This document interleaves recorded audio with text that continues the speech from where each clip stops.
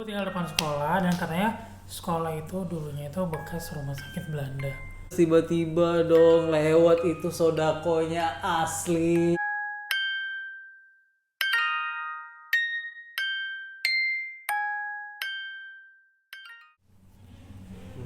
Oke, sekarang cerita dari gue ya. Nih gue waktu itu kalau nggak salah sih masih kuliah. Goblok.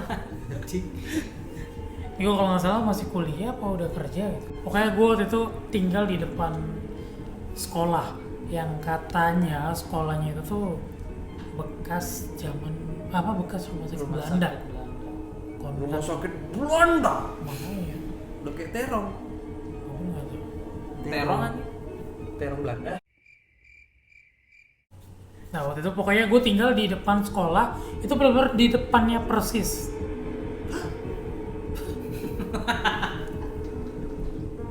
Rusak anjing, goblok. Nah pokoknya di depan, gue tinggal depan sekolah dan katanya sekolah itu dulunya itu bekas rumah sakit Belanda. Nah memang banyak yang bilang bahwasanya tuh di setiap ada persami, jadi kan di situ suka ada perkemahan Sabtu Minggu. Jadi ada beberapa murid-murid memang yang suka cerita sama gue gitu. Pada saat mereka persami itu mereka ngelihat kayak ya hal-hal yang nggak masuk logika gitu. Persami apaan? Perkemahan Perkemahan Sabtu Sabtu Minggu. Jumat bersama. Persami pertanyaan Sabtu Minggu. Ya udah. Jadi pada saat itu nyokap gue itu mau pergi keluar kota. Dan itu nyokap gue bener-bener keluar dari rumah gue itu jam 2 ngebangunin gue. Jam 2 apa nih? Jam 2 pagi. Cek. Cuma mama jalan dulu ya gini. Karena nyokap gue itu mau berangkat sama saudaranya. Jadi dia ke rumah saudara dulu. Kebetulan rumah saudara itu deket. Rame. Jalan kaki juga bisa. Jadi habis itu nyokap gue ngebangunin gue. Jun, mama berangkat ya. Mau berangkat nih. Gini. Udah lagi ditungguin di sana gitu. Ditungguin di rumah saudara. Ya udah akhirnya gue bukain pagar dong. Gue buka pagar gini. Bokap gue masih tidur, mungkin nyokap gue nggak enak mau bangunin kali ya. Akhirnya bangunin gue bukain pagar. Nyokap gue udah keluar. Nah, nggak lama kemudian pas nyokap gue keluar, bokap gue datang nih nyamperin gue nih dengan keadaan posisi ngantuk. Mama mana? Gue bilang udah berangkat pak, baru aja udah jalan. Terus kenapa nggak dianterin gitu kan? Nggak mau, mama nggak mau dianterin gitu. Oh ya udah kunci lagi pagernya. Pada saat gue mau kunci pagar, itu karena benar-benar gelap. Sekolah itu gelap dan lampu yang nerangin jalannya itu juga mati. Pada saat gue kunci pagar, bokap gue udah masuk ke dalam tuh. Itu sumpah, gue ngedenger suara kuntilanak. Gimana suaranya? Gitu. Goblok, ya suara kuntilanak kayak gimana anjing? Tokol banget. Ya kan bisa, lu kan bisa denger gitu terngiang-ngiang gitu suaranya di otak lu gitu loh. Misalnya hihihi, apa zaman Lagi itu? lu udah tahu suara Apa kuntilanak? zaman itu kan bisa jadi udah remix. Tolol, goblok. Lu pikir kuntilanaknya anak IDM apa? Anjay. Terus. Nah, itu bener-bener suara dia ketawa gitu. Jam berapa itu? Jam 2-an. Ya, jam 2 pagi kan nyokap gue udah berangkat tuh. Berarti jam 2-an kan? Masih jam 2-an. Bener kata Mario. Kuntilanaknya anak IDM. Kelabik gitu Baru maksudnya. pulang bro. Lagi naik, goblok. Masih Baru anjay. pulang. Mana rumah gua katanya. Lanjut.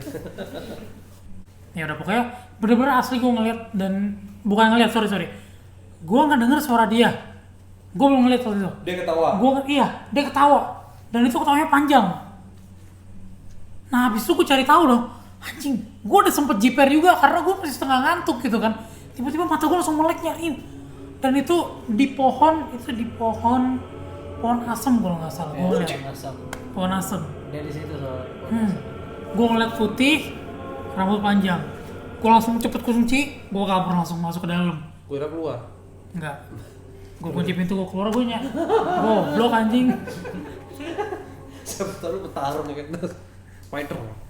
Terus lu masuk dalam nih, lu kunci pintu, lu masuk dalam. Gua kunci pagar, gua Dia masuk berarti ke dia dalam. berada di atas pohon. Dia di atas pohon, di pohon asem. Lu kelihatan. Kelihatan dong putih. Terus? Tapi nggak putih kelihatan mukanya? Mukanya gua nggak kelihatan jelas, tapi yang jelas putih. Gua ngeliat ya jujur aja sebenarnya gua pengen nanya sih sama kuntilanak kayak gua pengen ajak ngobrol gitu. Bukan pengen nyari lowongan kerja. Terus. Ya pokoknya dari gue sih itu aja sih. Gue akhirnya besok paginya gue cerita sih ke bokap gue gini-gini. Dan memang ada temen gue ya, kebetulan temen gue datang yang memang bisa ngelihat. Dia emang bilang rumah lu yang ini tuh emang serem katanya. Dan emang serem ini tuh di tengah jalan karena kan di depan sekolah itu kan ada jalan baru rumah gue gitu. Jadi gue seberangan gitu. Dan di jalan itu tuh memang katanya itu serem gitu. Jadi lingkungan sekolah itu dan lingkungan rumah gue tuh serem. Karena emang bekas rumah sakit Belanda. Sempat ada penampakan Schneider juga kalau nggak salah pemain Belanda, goblok. penampakan Schneider Enggak, guys. tapi gue mau tanya nih sama kalian nih, kenapa hantu-hantu di Indonesia itu aneh gitu? Anehnya? Anehnya, Ya lu bandingin sama hantu luar negeri. Hantu luar negeri itu Malam. ada modernnya aja gitu dikit. Ya beda culture. ya bro. mungkin Kok bisa gitu hantu tahu negara? Ya mereka Kenapa juga- kayak kuntilanak ini pergi ke mana gitu ke Jadi Sekarang- gini, sekarang jadi gini. es. kan kita kan hidup kan di dimensi yang berbeda sama ya mereka. mungkin itu setannya nggak pernah keluar negeri. Nah, Tapi begitu dia udah jadi setan, dia bisa keluar negeri. kalau rumah lu emang udah pernah mati jadi setan gitu. Tapi kan katanya dia makhluk halus. Nggak, sekarang gini, kita ambil ceritanya Susana aja deh, film Susana. Susana ada tukang sate, digodain kan. Dibeli sama dia. Mas, satenya mas. 200 tusuk. Nah, lu pernah nggak ngedenger Susana itu Beli filmnya? es cendol. Ah. Nggak Mas ada cendolnya Susana mas. apa? Enggak, Kok es cendol sih anjing? enggak. Kalau nggak gini deh. Pizza. Susi. Ah. Mas, mana? susinya mas. Pernah nggak lu kayak gitu denger? Karena memang setan-setan kita itu jadul kali ya di Indonesia. Enggak juga. Nggak juga sih. Sebenarnya gini, Susana kenapa beli sate? Karena mungkin pas dia masa hidupnya dia suka sate. Udah anjing. Siapa hidung? Ngawur. Who knows? Anjing. Gini, maksud gue gini loh. Kenapa setan di berbagai negara itu kok berbeda? Maksud gue gimana gitu? Kok bisa kayak di Cina tuh kan lebih kok kayak ke vampir. Terus lebih kayak apa? Setan-setan yang bisa keluar dari TV, dari sumur. Tapi kalau yang di Dari- US yang suster ya kan? Suster ya Suster kalau ngesot. bule-bule gitu kan. Wah, beda. Nah, Ya, kalau udah dibilang suster kan- culture, mereka kan juga dulu itu. Berarti setan itu juga pengaruh terhadap culture. Iya, jelas itu. Jadi sebenarnya setan itu kan punya dimensi yang berbeda sama kita kan. Mereka juga hidupnya sama kayak kita. Ada yang baik, ada yang jahat. Mereka juga makan, ada yang Kan ngebunuh. kita Ya sama aja, bahasanya juga. setan ada bisa dibunuh juga gimana sih? Bisa nih. Apa? Setan dibunuh anjing. Oh Mana? enggak, maksudnya setan bisa ngebunuh manusia, itu bisa. Setan tuh bisa Gua- ngebunuh manusia. Bisa nih. Gua nggak percaya setan bisa membunuh manusia. Kalau menurut di film Orang sih ada. manusia aja lebih setan dari setan. Nah, itu benar. Itu benar. Jadi kalian yang setan, Kalian yang suka nimbun masker dan hand sanitizer, kalian the real setan. ya, Kalian setan daripada setan.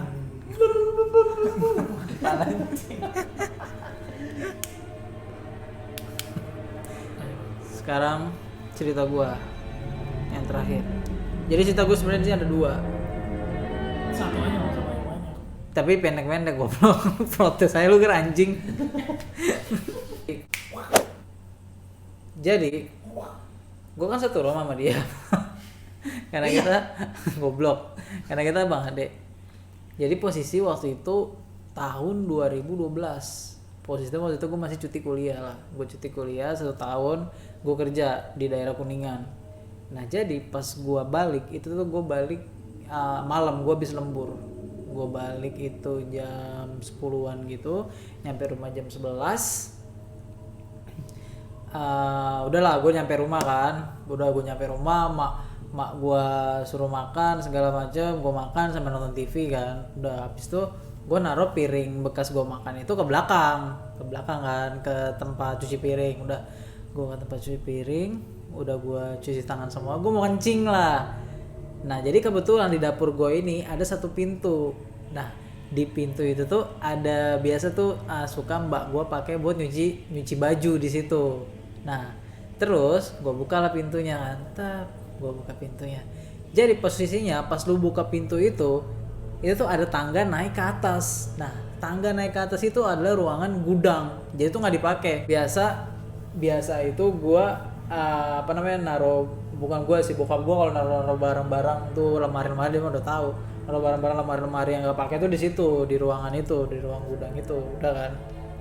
Habis itu gua kencing lah di tempat cuci itu. Kan kelihatan tuh atas kan gelap kan, memang di situ nggak ada lampunya. Jadi gelap aja gitu, gelap bener-bener gelap karena nggak ada lampu sama sekali. Buncet. Udah habis itu gue kencing lah, gue kencing nih kan.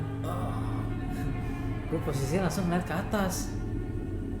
Ya anjing, tiba-tiba dong. Tiba-tiba Cinta. tiba-tiba tiba-tiba dong lewat itu sodakonya asli. Sodako yang mana nih? Sodako kan, Sodako yang rambutnya gini, yang pakai baju putih nunduk gini. Dia, wah anjir, di luar negeri ya bro? itu ada hantu Jepang tapi di ruangan gudang gue itu ada. Mau nyampe sini juga dia. Gue juga nggak ngerti ngapa. Anjing. Wah anjing, gue panik. Gue langsung panik. Gue ngomong pintu yang tadi kan gue kan kencing kan gue tutup pintu ya. Pintu gue buka, samping gue dispenser. Jeder, gue nganter dispenser, hancur semua. Bokap gue, nyokap gue langsung keluar kamar. Kenapa? Ngeliat putih-putih, gue bilang, udah, langsung kamar. Udah dong. Tuh kelar tuh, satu. Akhirnya gue pindah rumah kan. Ini rumah sebelum rumah gue yang ini lah. Gue pindah rumah abis itu. Gue pindah rumah. Nih di depan rumah gue yang ini, itu ada pohon gede. Itu kita tuh sering nongkrong di bawah pohon itu karena enak, adem, kalau panas-panas tuh di situ adem. Dah. Jadi satu teman gue yang tadi dia bilang yang bisa ngelihat itu dia bilang, "Mar, di pohonnya ada penunggunya. Penunggunya kuntilanak." Anjing, serius lu boy? Namanya Boy. Ini serius lu boy? Boy William. Diajak naik mobil lu. Serius lu boy? Iya. Ada penunggunya di kuntilanak. Kayak dia demen dah sama lu Mar. Bangsat lu yang bener aja, gue bilang. Masa demen sama gue anjing. Serius, gue gak bohong. Lu yang bener aja lah boy. Soalnya lu sering deket sama lu katanya itu kuntilanaknya. Wah bangke, gue bilang nih, gak beres nih kan.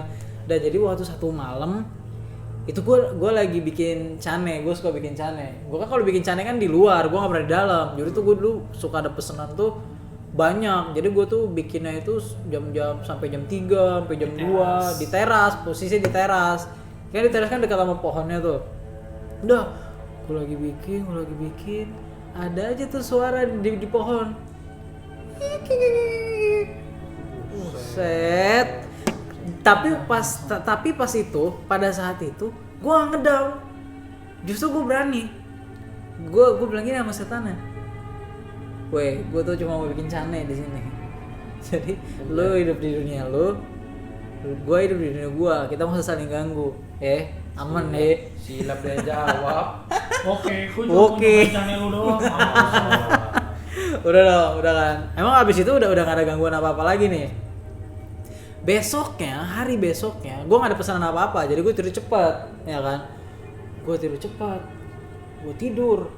Di dalam mimpi gue, lu tahu, itu kuntilanak datang. Pesan jane. Goblok. Gue bikin martabak. Jualan. Gimana? Kuntilanak datang jadi Itu kuntilanak datang ke mimpi gue, narik gue, ngajak ke pohon itu. Bukti bener. Anjing, bener kata si boy, kumpul biasa aja anjing. Gue takut orang ini gue ekspresi gue kalau takut begitu.